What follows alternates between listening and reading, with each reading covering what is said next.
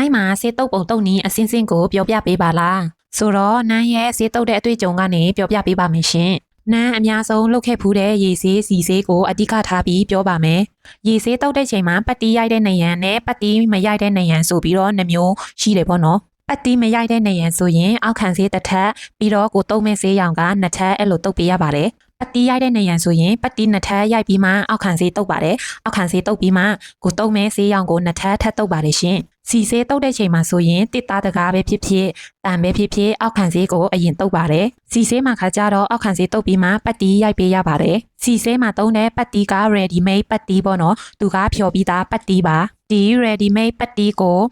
တံမိုပေါက်ပြီးတော့ကွဲနေတဲ့တကားတွေကိုဖာပေးလို့ရပါတယ်စီဆေးမှာခါကြတော့အောက်ခံဆေးပြီးရင်ပတ်တီးပြီးတော့ကောပတ်စားပြီးမှကိုတုပ်မဲ့ဆေးရောင်ကိုတုပ်ပေးရပါတယ်ထိုင်းမှာဆေးတုပ်နေတဲ့တငယ်ချင်းတွေကနန်းရဲ့အတွေ့အကြုံနဲ့တူလားမတူလားဆိုတာ comment မှာရေးပေးခဲ့လို့ရပါတယ်ရှင်